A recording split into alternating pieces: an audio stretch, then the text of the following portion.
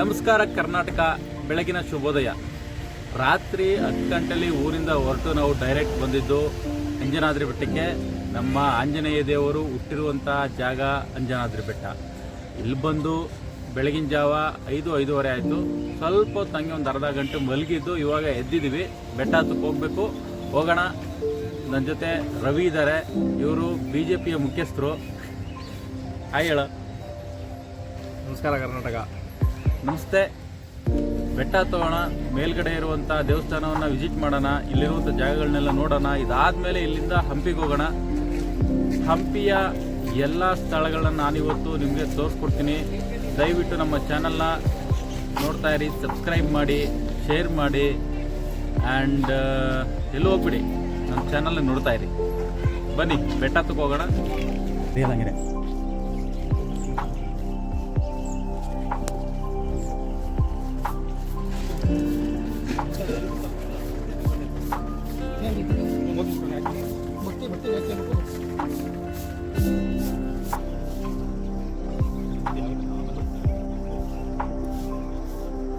ಹಂಗೆ ಒಳ್ಳೆ ನದಿನೇ ಊಟ ಇದ್ದಾವೆ.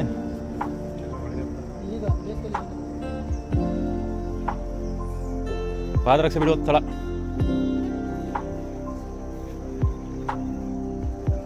ಶ್ರೀರಾಮ.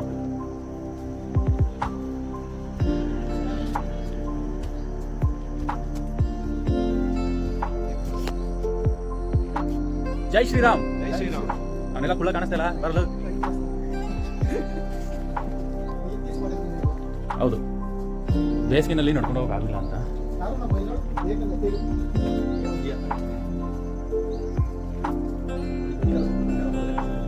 ಏನೋ ಅತಿ ಅಧಿಕಾರ ಸಿಗಲಿಲ್ಲ ನನಗೆ. ಮೈದುಂಬಿ ಹರಿಯುತ್ತಿರುವ ತುಂಗಾಭದ್ರಾ ನದಿ ಪಕ್ಕದಲ್ಲೇ ಇರುವಂತಹ ಹಂಪಿ ಕ್ಷೇತ್ರ.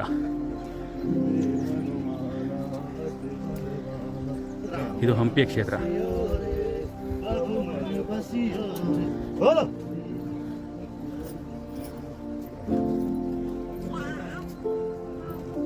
ಒಂದು ಕಡೆ ಬದಿಯಲ್ಲಿ ಹಂಪಿ ಕ್ಷೇತ್ರ, ಇನ್ನೊಂದು ಕಡೆ ಬದಿಯಲ್ಲಿ ಹನುಮ ಕ್ಷೇತ್ರ.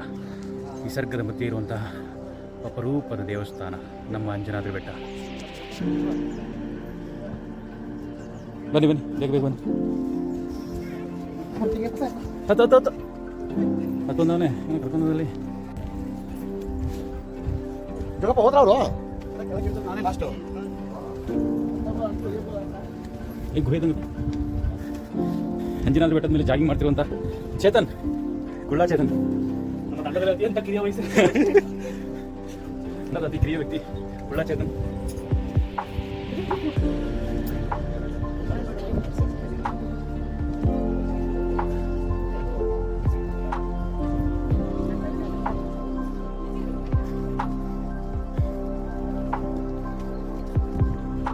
ಸ್ವಲ್ಪ ಮೇಲೆ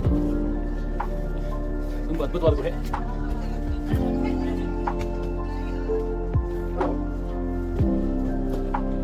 ಕೇಸರಿ ನಂದನ ಅಂಜನಿ ಪುತ್ರ ಆಂಜನೇಯ ಸ್ವಾಮಿ ಅವರು ಹುಟ್ಟಿದಂಥ ಈ ಬೆಟ್ಟ, ಅವರು ಆಡಿ ಬೆಳೆದಂಥ ಈ ಬೆಟ್ಟ ಅಂಜನಾದ್ರಿ ಬೆಟ್ಟ.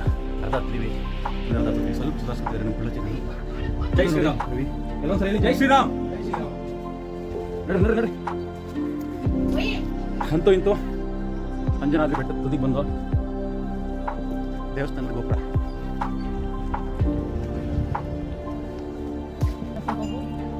ದೇವಸ್ಥಾನಕ್ಕೆ ಹೋಗುವ, ಹೊರಾಂಗಣ ನೋಡೋಣ.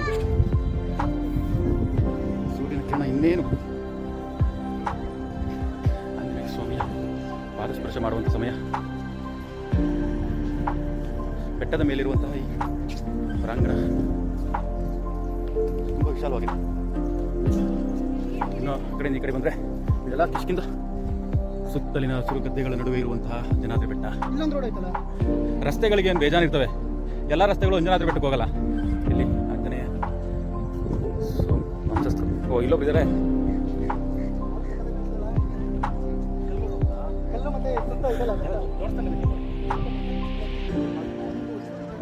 ಆದ್ರೂ ಇಲ್ಲಿ ಭತ್ತ ಬೆಳೆದವರಲ್ಲ. ಹಿಂದೆ ಕಾಣಿಸ್ತಾ ಇರೋದು ಭತ್ತದ ಗದ್ದೆಗಳ ನೋಟ. ಅಂಜನಾದ್ರಿ ಬೆಟ್ಟದ ಮೇಲಿರುವಂತಹ ದೃಶ್ಯ ಇದು.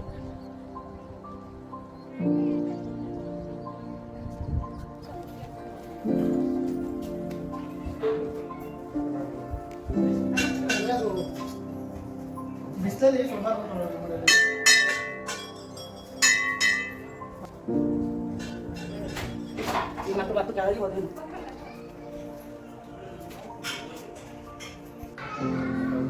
ಸ್ನೇಹಿತರೆ, ಇದು ರಾಮ ಸೇತುವೆಯನ್ನು ಕಟ್ಟಬೇಕಾದಂಥ ಸಂದರ್ಭದಲ್ಲಿ ಬಳಸಿದಂಥ ಕಲ್ಲನ್ನು ಇಲ್ಲಿ ಇಟ್ಟಿದ್ದಾರೆ. 25 kg ತೂಕದ ಕಲ್ಲಿದು. ಇದು ನೀರಿನ ಮೇಲೆ ತೇಲ್ತಾ ಇದೆ ನೋಡಿ. ಹಾಗೆ ಮತ್ತೆ ಅಂಜನಾ ದೇವಿಯ ವಿಗ್ರಹ, ಹನುಮಂತ ದೇವರ ಮಾತೆ. ಅಲ್ಲಿ ನಿಂತ್ಕೊಳ್ಳಿ, ಮಾತಾಡು.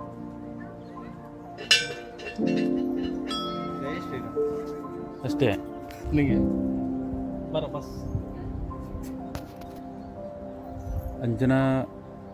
ಅಂಜನಾದ್ರಿ ಬೆಟ್ಟದಿಂದ ಕಾಣುವಂತಹ ಹಂಪಿಯ ವಿಹಂಗಮ ನೋಟ. ತುಂಗಭದ್ರಾ ನದಿ ಮೈದುಂಬಿ ಹರಿಯುತ್ತಿದ್ದಾಳೆ.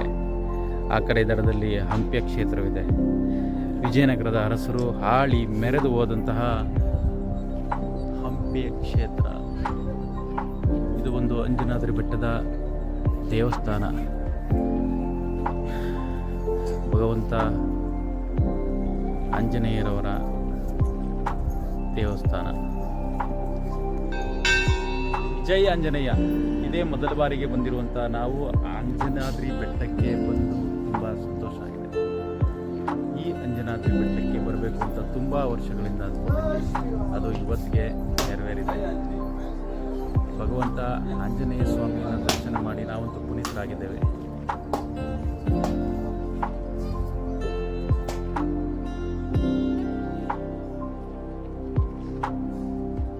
ಗೊತ್ತದಾ?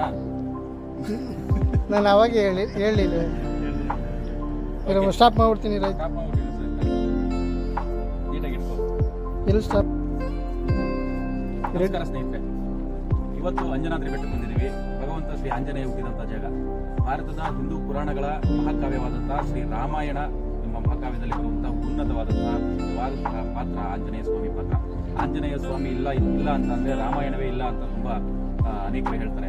ಅದೇ ರೀತಿ ರಾಮಾಯಣದಲ್ಲಿ ಬರುವಂತಹ ನಮ್ಮ ಆಂಜನೇಯ ಸ್ವಾಮಿ ಹುಟ್ಟಿದಂತಹ ಜಾಗ ಅಂಜನಾದ್ರಿ ಬೆಟ್ಟ. ಇವತ್ತು ಆ ಅಂಜನಾದ್ರಿ ಬೆಟ್ಟಕ್ಕೆ ಬಂದು ಭಗವಂತ ಶ್ರೀ ಆಂಜನೇಯ ಅವರ ದರ್ಶನವನ್ನು ಮಾಡಿದ್ದೇವೆ. ನಾನು, ಕೆಂಚ ಹಾಗೂ ರವಿ 3 ಜನ ಇದ್ದೀವಿ. ಜೊತೆಗೆ ನಮ್ಮ ಕ್ಯಾಮ್ರಾಮನ್ ಇದ್ದಾರೆ ಕುಳ್ಳಾಚೇತನ್ ಅಂತ. ಬಂದು ಆಂಜನೇಯ ಸ್ವಾಮಿಯ ದರ್ಶನವನ್ನು ಮಾಡಿದ್ದೇವೆ. ಈ ದರ್ಶನದ ಅನುಭವವನ್ನು ನಮ್ಮ ಕೆಂಚ ಹಾಗೂ ರವಿ ಅವರು ಹೇಳ್ತಾರೆ. ಅವ್ರ ಬಾಯಲು ಕೇಳ್ಕೊಬಿಡಿ. ಇದು ನಮ್ಮ ಮೊದಲನೇ ಭೇಟಿ. ಹಾಗೆ ನಮ್ಮ ಜೀವನದಲ್ಲಿ ಅತಿ ಹೆಚ್ಚು ಆರಾಧಿಸ್ತಕ್ಕಂಥ ದೇವರು ಆಂಜನೇಯ ಜನ್ಮಸ್ಥಳ ಅಂಜನಾದ್ರಿ ಬೆಟ್ಟಕ್ಕೆ ಬಂದಿರೋದು ಮತ್ತೊಂದು ಖುಷಿ. ಚಿಕ್ಕ ವಯಸ್ಸಿಂದ ಬರಬೇಕು ಅನ್ನೋದೊಂದು ಆಸೆ ಇತ್ತು. ಅದು ಇವತ್ತಿಗಿದೆ. ಎಲ್ಲಾದರೂ ನನ್ನ ಆತ್ಮೀಯ ಗೆಳೆಯರೊಂದಿಗೆ ಬಂದಿರೋದು ಇನ್ನೂ ಹೆಚ್ಚು ಖುಷಿ. ಮೊದಲನೇ ಬಾರಿ ಭೇಟಿ ನೀಡೋದ್ರಿಂದ ಒಂದು ಕಡೆ ಭಾಳ ಸಂತೋಷ ಆಗ್ತಾ ಇದೆ.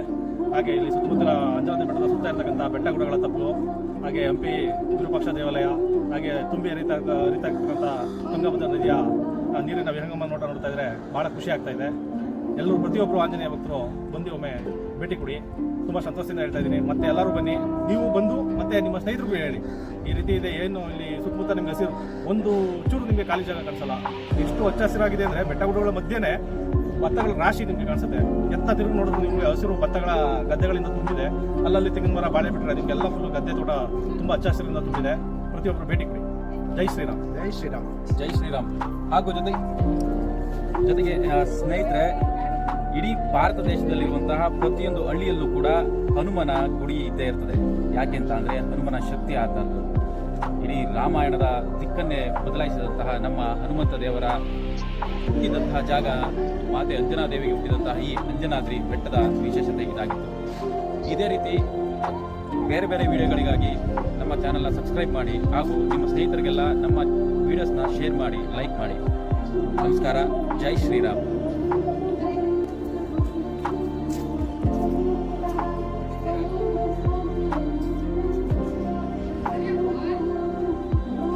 ಹಾಂ ಕೊಡು ಬರ್ರ ಎಲ್ಲ ಫೋಟೋ ತಗೊಳ್ಳಿ. ಯಾವ ಕಡೆ ಅಂತ